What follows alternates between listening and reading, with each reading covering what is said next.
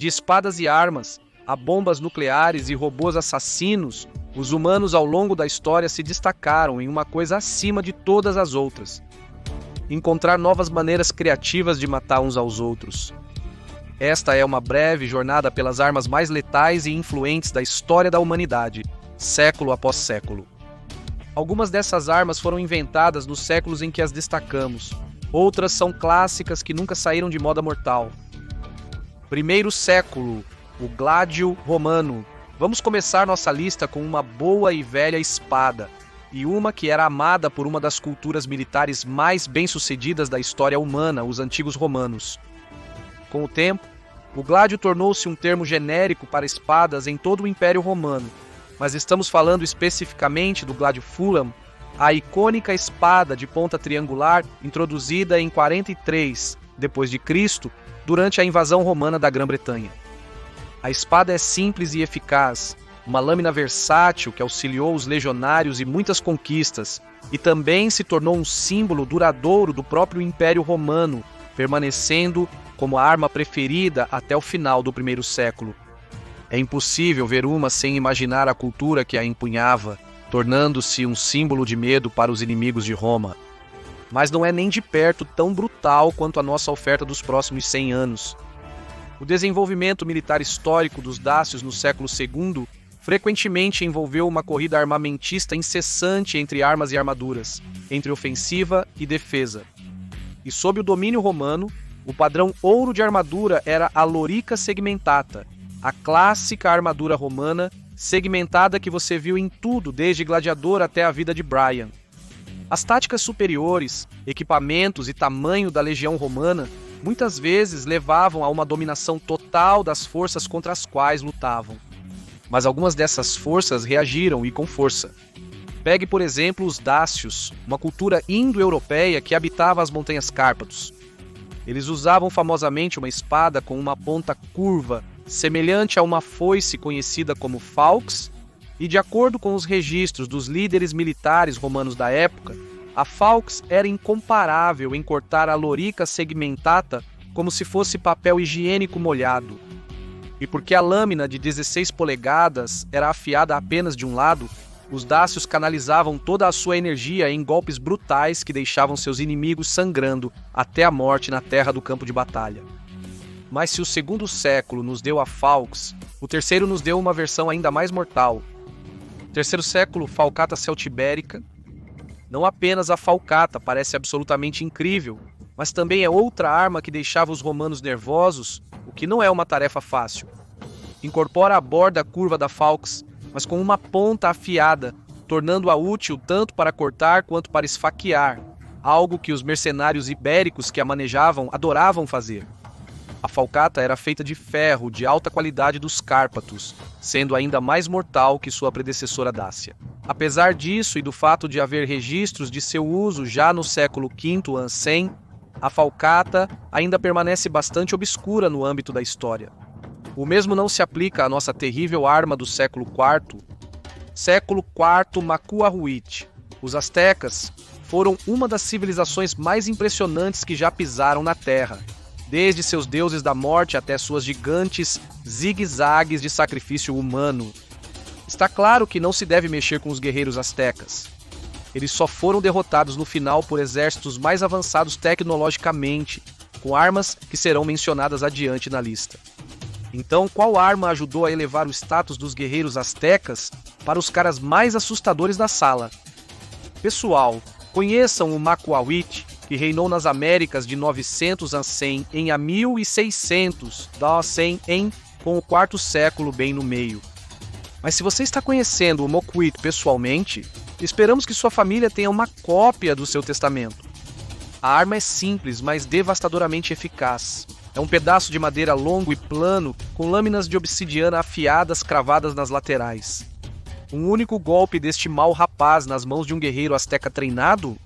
Mero picadinho. A arma era tão temida que alguns diziam que poderia decapitar um cavalo com um único golpe. Um cavalo de verdade? Isso provavelmente não era verdade, mas indica o quão temida era a arma. Curiosamente, um guerreiro asteca que matava muitos oponentes era considerado um fracasso. O real objetivo de um asteca experiente era capturar seus inimigos vivos para sacrificá-los apropriadamente em uma cerimônia depois. A desvantagem do McQuaid é que você precisa estar bem perto para usá-lo. A arma mais mortal do século V? Nem tanto. Século V, o arco recurvo dos Hunos. Os astecas eram assustadores, mas até eles poderiam ter fugido se vissem Átila, o Huno, e sua cultura de guerreiros nômades, hipermasculinos, cavalgando como um morcego saindo do inferno. Apesar da reputação de bárbaros insanos e assassinos para seus inimigos, os Hunos eram na realidade gênios táticos, ávidos por utilizar armas de ponta para auxiliar em sua busca interminável por saques e conquistas. Uma das armas mais perigosas de todas era o arco recurvo. Os arcos estão com a humanidade há tanto tempo quanto mantemos registros, mas o arco recurvo tinha algumas vantagens únicas sobre muitos de seus predecessores. A curva do arco permitia armazenar mais energia para o golpe do que um arco reto equivalente, e seu tamanho menor o tornava ideal para arqueiros montados como os Hunos, que podiam derrotar seus inimigos a cavalo e alfinetá-los com flechas, antes que eles sequer soubessem o que estava acontecendo. As armas de longo alcance sempre foram aterrorizantes e formidáveis, mas isso não significa que os próximos séculos não trarão ofertas de combate corpo a corpo igualmente mortais. Sexto século, Esparta. Espadas vêm do topo da corda, porque algumas invenções basicamente acertamos na primeira vez e só precisamos fazer pequenos ajustes aqui e ali. A espata era uma espada favorecida por soldados montados e infantaria pesada, similar ao clássico gladius, porém mais longa e pesada, tornando-a ainda mais perigosa para os oponentes. Uma das maiores forças do Império Romano era a tendência de apropriar-se dos aspectos mais eficazes de outras culturas que encontravam e, em muitos casos, conquistavam. Os romanos aprenderam sobre a espata com mercenários celtas durante a Segunda Guerra Púnica, adotando-a rapidamente e substituindo o clássico gladius, tornando os soldados romanos que a manejavam ainda mais mortais. Mas pelo menos ela não tem como te matar queimada, não é? O século VII certamente nos ajudará com isso. Fogo grego-bizantino do século VII. Também conhecido, pelo menos por nós, como o antigo napalm, o fogo grego é uma das armas mais aterrorizantes e enigmáticas do século VII e além. Como as receitas de biscoitos da vovó, a receita era um segredo bem guardado, mas historiadores modernos concordam que provavelmente era uma mistura de petróleo altamente inflamável e resinas pegajosas. Era mais comumente usado pelos soldados bizantinos durante a guerra naval, incendiando navios inimigos e os infelizes marinheiros a bordo. O fogo grego era usado em granadas primitivas e lança-chamas rudimentares. Semelhante ao napalm, o fogo grego aderia às vítimas, queimando-as lenta e horrivelmente até a morte. Talvez tenhamos tido sorte de perder a receita por um tempo neste caso, mas uma coisa que você nunca pode perder é a borda fria, dura e afiada de uma lâmina. O que é mais assustador do que uma lâmina empunhada por um samurai do século VIII, naginata do século VIII. A naginata é essencialmente uma katana no fim de um bastão, uma das armas de haste mais icônicas e aterrorizantes da história. Era popular entre os samurais, soldados de infantaria japoneses e até mesmo as onamusha, uma ordem de mulheres guerreiras que se tornaram ativas no período Kamakura. A arma é tão integral a um certo tipo de guerreiro que tem seu próprio estilo de luta, o Naginata Jutsu, que ainda é praticado no Japão como esporte até hoje. Seja você empalando um companheiro de soldado, retalhando inimigos lamentáveis do dorso do seu cavalo de guerra, ou espetando cavaleiros como o Hyakitori, há poucos guerreiros que podem igualar um samurai com uma naginata, exceto, talvez, um berserker sanguinário do século IX com um machado Dane, falando nisso, século IX machado Dane.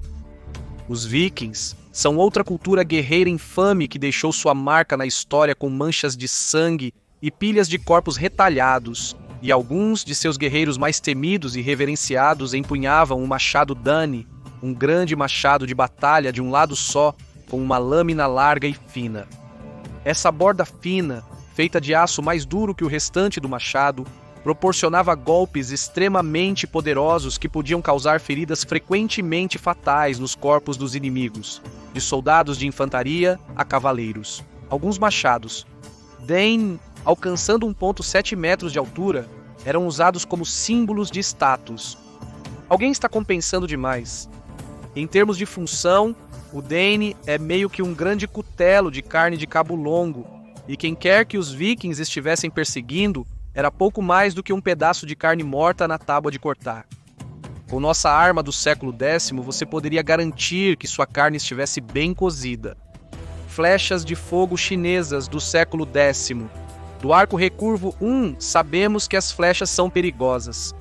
Do fogo grego bizantino, sabemos que o fogo é perigoso. E se nós os fundíssemos? Um louco na China do século X fez exatamente isso. Os foguetes de fogo chineses foram uma das primeiras armas de pólvora usadas em batalhas. Pequenos sacos de pólvora anexados às flechas atuavam como incendiário. Isso não só causaria queimaduras em seus oponentes, como também traria uma vantagem psicológica da explosão inicial. Embora esta fosse uma das armas mais avançadas da época, os técnicos militares chineses iriam fazer alguns avanços incríveis nos próximos séculos, começando com o próximo. Século XI, a lança de fogo.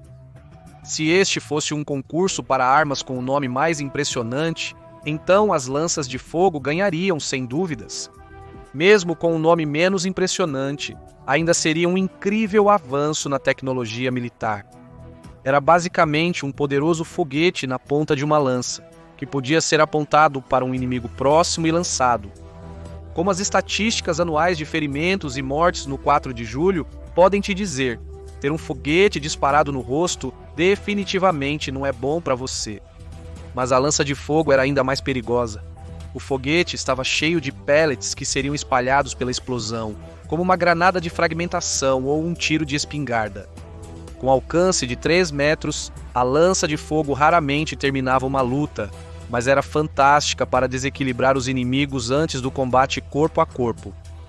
Porém, a próxima arma seria desperdiçada em simples soldados de infantaria. Ela pode derrubar castelos inteiros. Século XII, o trebuchet de contrapeso. Ok, estamos trapaceando um pouco neste. Não há consenso sobre quando exatamente o trebuchet de contrapeso foi criado, mas ele estava definitivamente ativo durante a Idade Média, e foi descrito por alguns como sua arma mais poderosa. O que fazia essa arma de cerco ser tão poderosa? Para contextualizar, a guerra de cerco é péssima. Seja você o sitiante ou o sitiado, ou antes da era das armas de cerco, quase sempre era uma guerra de atrito, esperando as pessoas dentro do acampamento ficarem sem recursos e desesperadas o suficiente para se renderem. O trabuco de contrapeso, capaz de disparar enormes projéteis contra castelos ou outras fortalezas, acelerou esse processo. O design do trabuco permitia que ele disparasse projéteis significativamente maiores do que a catapulta padrão, e não envolvia o risco de proximidade de uma torre de cerco ou um ariete. Com os inimigos tendo um trabuco, a fortaleza perdia sua importância. Mas como mencionado, esses séculos seguintes foram quando a China realmente se destacou. Espere até ver o que eles têm para nós a seguir. Lançadores de foguetes, o Oxá do século XIII. Isso nem é apenas uma arma, mas um punhado de diferentes armas construídas a partir dos avanços anteriores da China com a pólvora. Primeiro foram as flechas de fogo, depois as lanças de fogo e agora carrinhos de foguete e o ninho de abelhas. O carrinho de foguete era um lançador de foguetes múltiplos rudimentar montado.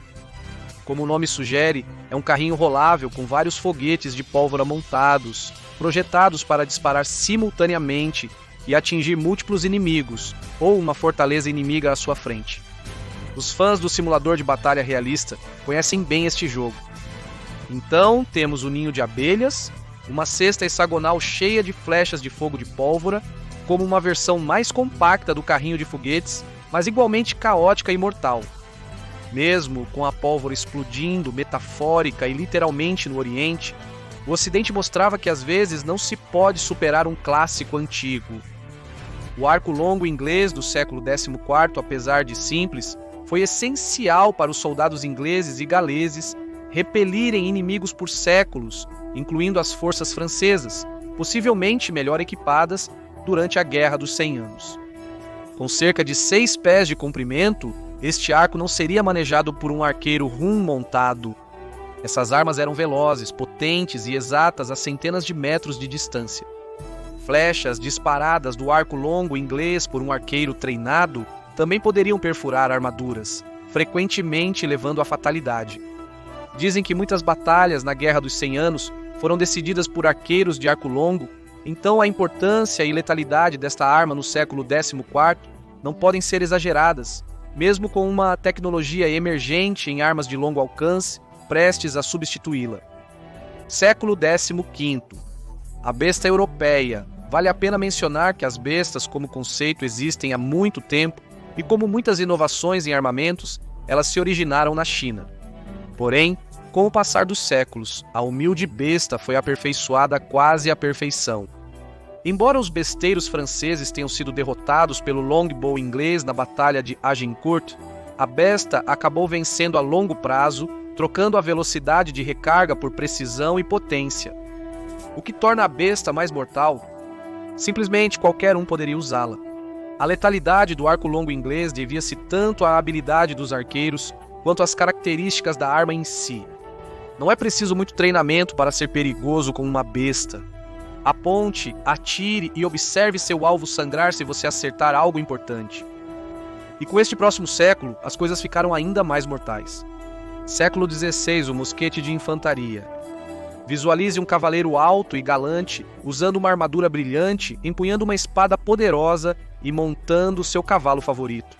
Ele é o chefe do campo de batalha, um nobre guerreiro com treinamento de batalha impecável. Ele não teme flechas, desvia de golpes e derruba oponentes num piscar de olhos. Ele pode justar, atacar e lutar com facas com os melhores deles. Ele atravessa o campo de batalha com total confiança. Então um dia ele ouve um estrondo poderoso. Algo atinge sua armadura com força incrível e ele sente algo molhado em sua pele. Ele tomba morto antes de atingir o solo. O homem que o matou está no meio do campo de batalha, despejando mais pólvora de uma pequena bolsa no cano liso de seu mosquete e se preparando para encaixar outra pequena esfera de ferro.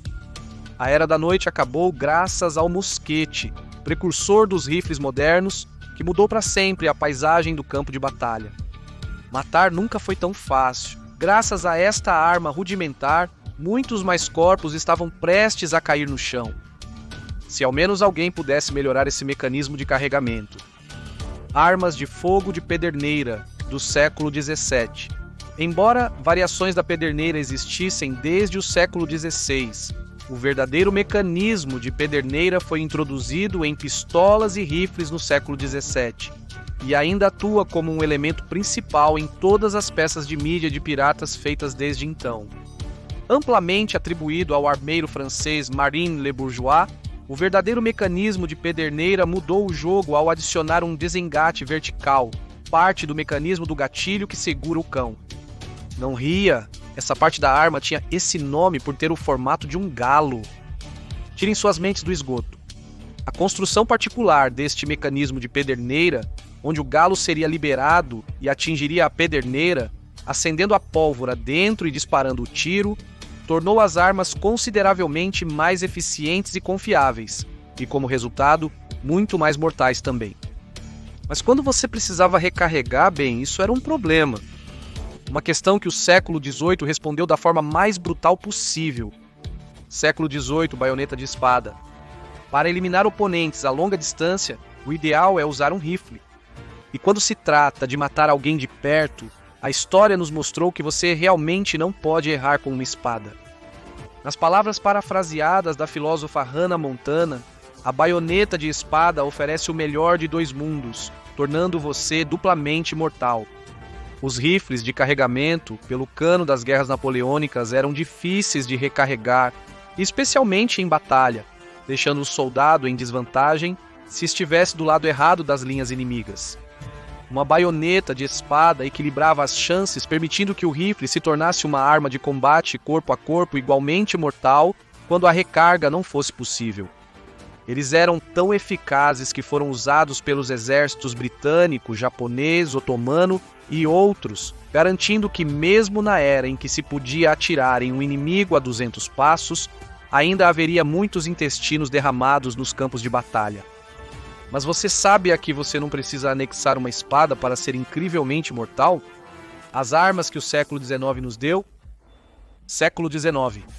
Armas de fogo automáticas. Armas mais rápidas. Elegante, simples e mortal. Gastamos muitas palavras falando sobre como as armas revolucionaram a guerra como a conhecemos desde a militarização da pólvora 800 anos antes. Mas a invasão do espoleta neste século levou a humilde espingarda a novos patamares de letalidade, com novas armas devastadoras como a metralhadora Gatling atingindo campos de batalha em todo o mundo. O poder dessas novas metralhadoras é parte da razão pela qual a Guerra Civil Americana foi um evento tão sangrento. Com mais de 650 mil baixas, ainda é o maior número de fatalidades para as tropas americanas em qualquer conflito dos Estados Unidos da América já esteve envolvido. Na década de 1880, as coisas realmente se tornaram reais com a invenção da pólvora sem fumaça, que por sua vez levou o armeiro empreendedor Hiram Stevens Maxim a criar a metralhadora Maxim em 1884, iniciando o primeiro boom de armas automáticas como as conhecemos hoje. Com o tempo, as armas se tornaram mais mortais, evoluindo de máquinas de morte para várias pessoas para armas compactas e eficientes que um indivíduo poderia carregar, exterminando multidões de combatentes com um único aperto do gatilho. E se o próximo século permitisse apagar uma cidade inteira do mapa com um simples apertar de botão? Século XX, armamento nuclear. Agora nos tornamos a morte, o destruidor de mundos. 150 mil obliterados em um instante em Hiroshima, 75 mil em Nagasaki. A arma mais mortal que a humanidade já conheceu surgiu no Projeto Manhattan em 1940, no Novo México, a tentativa desesperada dos Estados Unidos de obter uma vantagem definitiva na guerra, e eles tiveram sucesso. Mas o resultado é uma terrível ameaça que ainda paira sobre nós atualmente. E a parte mais assustadora? As armas usadas em Hiroshima e Nagasaki são modestas comparadas aos armamentos nucleares que existem hoje. Atualmente, o padrão é cerca de 3.000 vezes mais poderoso do que aqueles que devastaram cidades na Segunda Guerra Mundial. Em 2024, estima-se que existam pouco mais de 12.100 ogivas nucleares no mundo, com pelo menos 3.800 ativas espalhadas por 9 países: Estados Unidos da América, Rússia, Reino Unido, China, Índia, Paquistão, França, Israel e Coreia do Norte. Bastaria uma fração da quantidade ativa para transformar a superfície do mundo em um deserto superaquecido e irradiado, onde nenhuma vida inteligente poderia sobreviver. Felizmente para nós, os líderes mundiais são sempre razoáveis e nunca fizeram algo drástico e irrevogável quando se sentiram acuados. Mas e se o século XXI entregasse essa decisão a algo muito mais perigoso? Século XXI, drones e IA. Sim, parece que a IA tem um propósito além de destruir empregos, piorar vídeos do YouTube e criar todas aquelas imagens inspiradoras, quase religiosas, que sua avó continua curtindo no Facebook. E esse propósito é matar pessoas, muitas delas. Mas como essa tecnologia pode ir de vídeos desajeitados do Will Smith, comendo espaguete para potencializar armas ao nível de bombas nucleares? Transformadores pré-treinados generativos, ou seja, o transformador de linguagem generativa pré-treinado no chat, transformador de linguagem generativa pré-treinado, eles devem impulsionar sistemas de armas autônomos, como drones, em proporções equivalentes à revolução industrial. Alguns argumentaram que entregar o ARC e a dominação terrestre às máquinas colocará menos soldados de carne e osso em risco. Porém, quando esses conflitos atingem áreas civis, como sempre ocorre, enfrentamos um cenário digno de exterminador do futuro. Máquinas assassinas insensíveis ceifando tudo o que precisam fazer para garantir seus objetivos. Mas não são apenas drones e tanques autônomos que devemos nos preocupar. As armas nucleares são tão perigosas quanto quem detém o botão, e alguns especialistas em segurança cibernética temem que, em breve, a IA possa ter um papel considerável na avaliação estratégica e tática. Sim, até e incluindo se deve ou não invocar a opção nuclear. Se você não está assustado com a tecnologia que atualmente diz às pessoas para adicionarem cola escolar Elmer's em suas pizzas de queijo e também tem uma participação na tomada de decisões nucleares, não sabemos o que dizer a você, amigo. Veja a compilação de armas que até o militar tornou ilegal, ou assista a isso como alternativa.